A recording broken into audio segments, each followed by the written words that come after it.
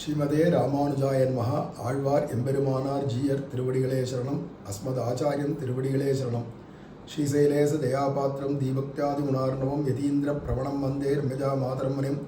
ஸ்ரீமத் கிருஷ்ண சமாஹ்வாய நமோ யாமனுசூனவே யத்கட்டாட்சைக லக்ஷாணாம் சுலப ஸ்ரீதர சதா.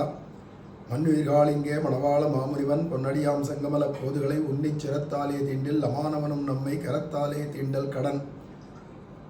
அஸ்மத் ஆச்சாரியம் திருவடிகளே சரணம். இப்போ பெரியாழ்வாருடையதான திருமொழியில் இருக்கக்கூடியதான திருநாம மகிமைகள் எல்லாம் சித்தாந்தமாக என்னென்னலாம் சுவாமி மணவாள மாமனிகள் சுவாமி பெரியவாச்சன் பிள்ளை அருளி செய்தாலோ அதெல்லாம் நம்ம அனுபவிச்சு வந்தோம். இதுக்கு அடுத்தது ஸ்ரீ நாச்சியாரான ஸ்ரீ ஆண்டாள் அருளி செய்த திருப்பாவி. அதில் 13 இடங்களில் பகவானுடைய பேர் பாடுறதையே நாமத்தை சொல்கிறதையே திருப்பி திருப்பி சொல்லிகிட்டே வரா. 30 பாசுரத்தில் 13 இடத்துல இருக்குது அப்படிங்கிறது சுவாமி பராசர பட்டர் எடுத்து கொடுக்குறார் கைசிக புராண வியாக்கியான அவதாரிகையிலேயே. அப்படி ஒவ்வொரு இடத்துக்கும் வியாக்கியானம், பொதுவாக திருப்பாவையுடைய வியாக்கியானம் 4 வியாக்கியானங்கள் இருக்குது. கமெண்ட்ரிஸ்ன்னு சொல்கிறோம் இல்லையா, 4 விதமான கமெண்ட்ரிஸ் இருக்குது வியாக்கியானங்கள். ஒன்று சுவாமி பெரியவாச்சான் பிள்ளை அருளி செய்ததான 3000 படி அப்படிங்கிற வியாக்கியானம். மற்றொன்று ஜனன்யாச்சாரியர் அப்படிங்கிற திருநாராயணபுரத்து ஆய் அப்படிங்கிற பெரியவர், அவரை 2 வியாக்கியானம் பண்ணியிருக்கார். ஒன்று 2000 படி, ஒன்று 4000 படி அப்படின்னு 2 வியாக்கியானம். ஒன்று கொஞ்சம் சுருக்கமாக, ஒன்று கொஞ்சம் பெருசாக வியாக்கியானம் பண்ணியிருக்கார். அது இல்லாத அழகிய மணவாள பெருமாள் நாயனார் அருளி செய்ததான 6000 படி வியாக்கியானம் இருக்குது. இப்போ இந்த 4 வியாக்கியானங்களில் இந்த ஆச்சாரியர்கள் என்னென்ன நாம சித்தாந்தமாக திருநாம மகிமை பற்றி சொல்லியிருக்காளோ அதெல்லாம் இப்போ அனுபவிக்க போகிறோம். அதில் திருப்பாவையினுடைய 3வது பாசுரத்தில் ஓங்கி உலகளந்த உத்தமன் பேர்பாடி, 2வது பாசுரத்திலேயே பார்க்கடலுள் பையத்துயின்ற பரமனடி பாடி அப்படிங்கச்சு அங்கே நாமத்தை பாடுறது அப்படிங்கிறத காட்டிலும் திருவடிகளை பாடுவோம் அப்படின்னு சொல்லி வியாக்கியானம் பண்ணிட்டதுனால குறிப்பிட்டு நாமம் அப்படின்னு இல்லாத பகவானுடைய சௌந்தரிய பரிபூர்ணங்களை பாட்டா கீர்த்தனமாக பாடுறது அப்படின்னு சொல்லி ரூப சௌந்தரியத்தை கானமாக பண்ணுறதுங்கிறது சொல்லிவிட்டதுனால அதை நான் இங்கே கொண்டு வரலை.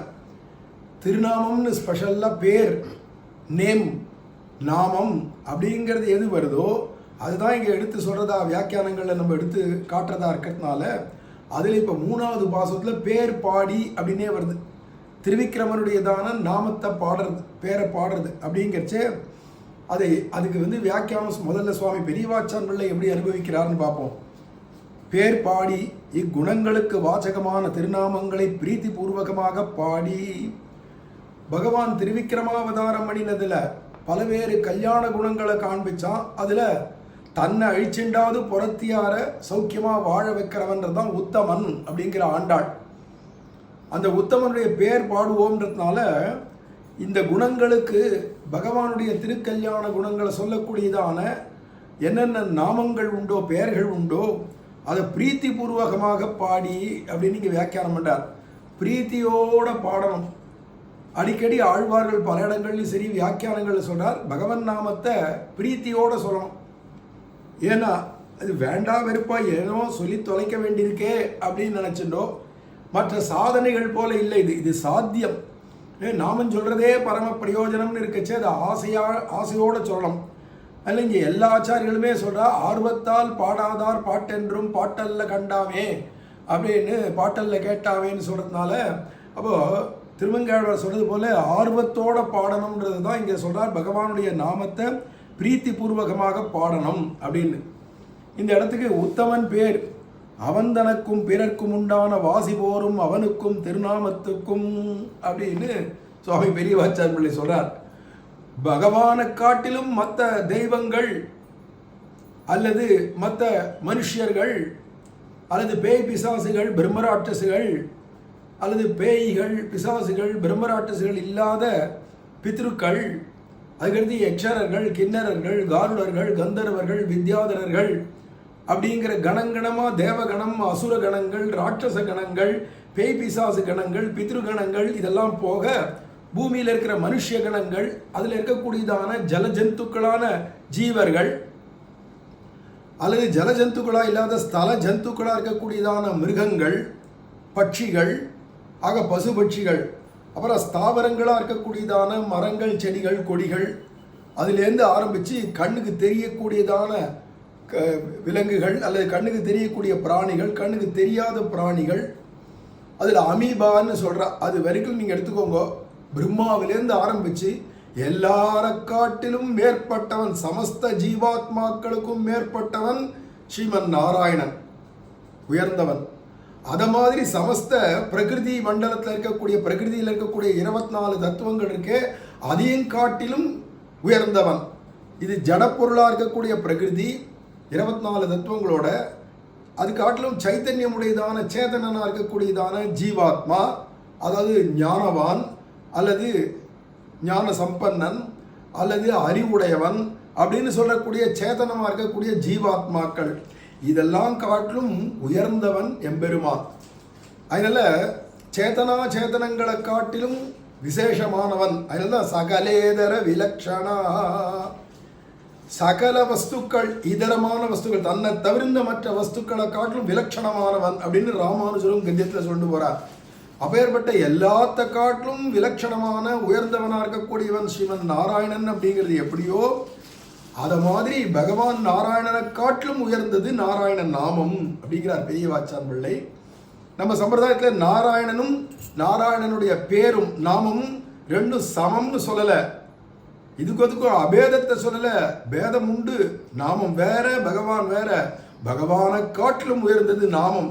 எப்படி எல்லாத்த காட்டிலும் உயர்ந்தவன் நாராயணனோ, அவனை காட்டிலும் உயர்ந்தது நாராயணனுடைய திருநாமம் அப்படின்னு இங்க பெரியவாச்சான் பிள்ளை சித்தாந்தமா சொல்றார். அவன் தனக்கும் பிறர்க்கும் உண்டான வாசி போரும், வாசினா வித்தியாசம், போரும் அவனுக்கும் திருநாமத்துக்கும், பகவானை காட்டிலும் திருநாமம் உயர்ந்தது அப்படிங்கிறாருங்க.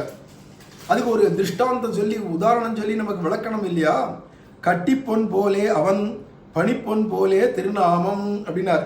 24 கேரட் அப்படிங்கிற தங்கம், பத்திரமாத்து தங்கங்கிற 999 அதுக்கெல்லாம் இப்போ அந்த தங்கத்தை காட்டிலும் அது அந்த தங்கம் சுத்தமான தங்கத்தை வச்சுன்னு ஆபரணங்கள் பண்ண முடியாது.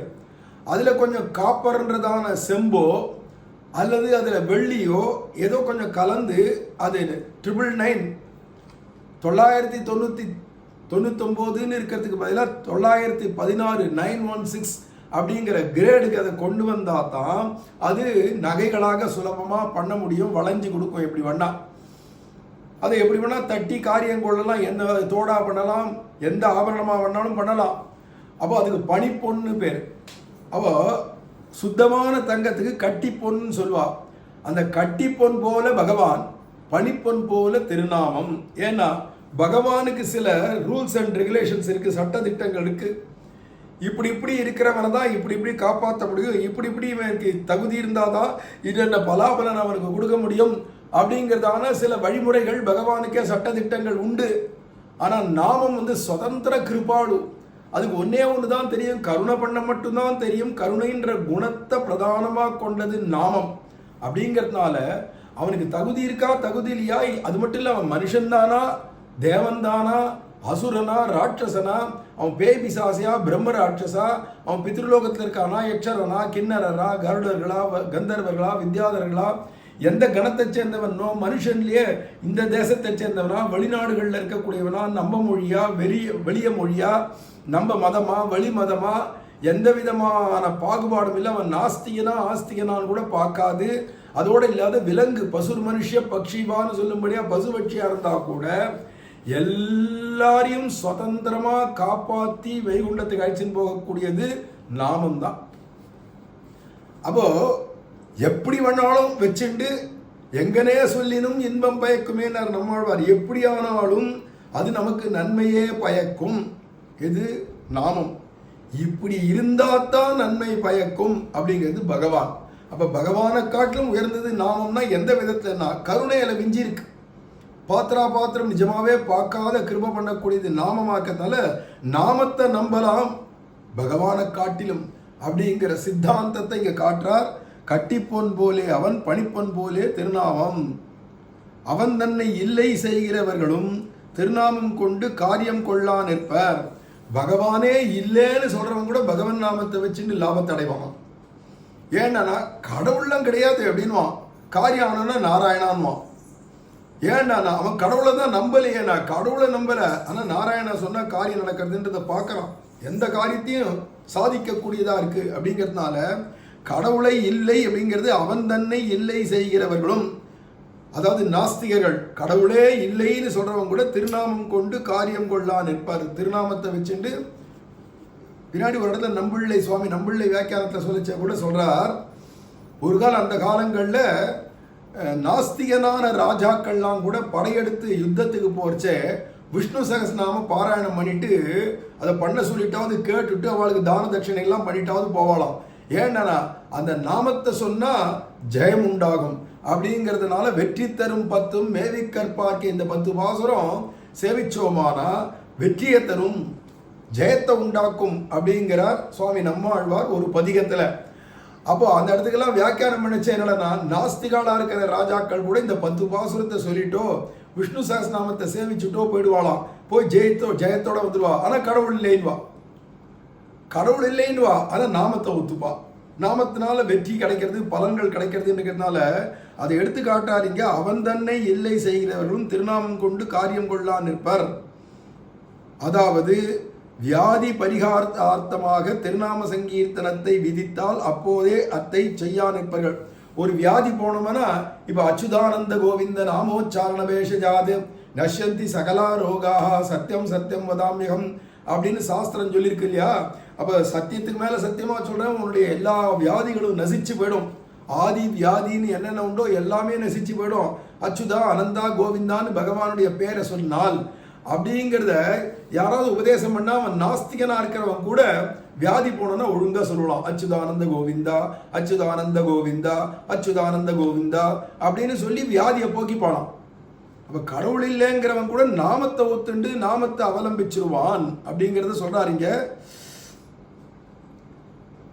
இதுக்கு மேல இன்னும் வியாக்கியானம் பண்ணிட்டு போறார். இந்த இடத்துக்கே உத்தமன் பேருக்கு மேல அதை அடுத்தது அனுபவிக்கலாம். ஆழ்வார் எம்பெருமானார் ஜீயர் திருவடிகளே சரணம். அஸ்மத் ஆச்சாரியன் திருவடிகளே சரணம். ஸ்ரீமதே ராமானுஜாய நமஹா.